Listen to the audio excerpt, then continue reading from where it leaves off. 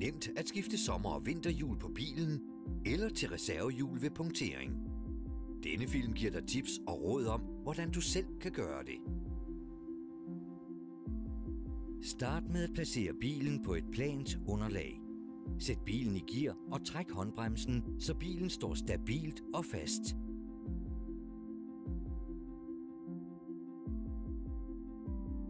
Boltene løsnes lidt med en hjulnøgle eller en krydsnøgle, inden bilen løftes op. Det er bedst at gøre dette nu, da du kan tage godt fat, uden hjulet roterer. Du får mere kraft, hvis du trækker teleskophåndtaget helt ud.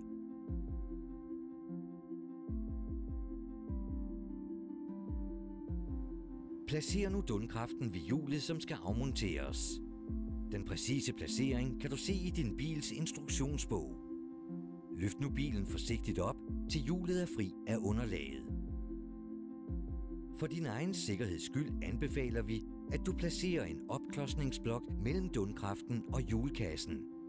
Juster højden på opklodsningsblokken, så den kommer så tæt på bilens panel som muligt.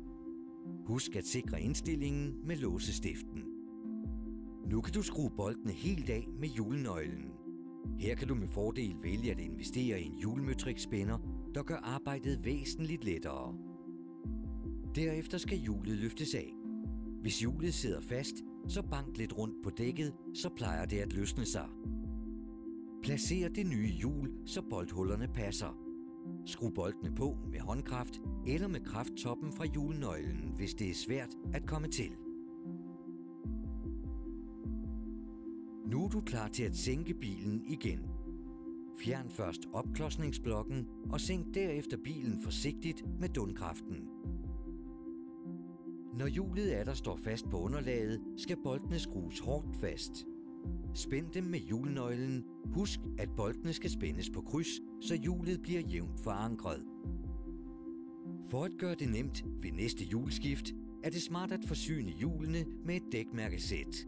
Så ved du altid, hvor hjulet skal placeres igen, for at få den korrekte rotationsretning.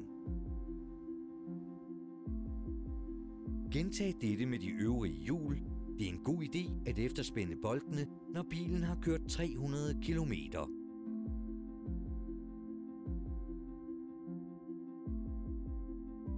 Hvorfor betale mere?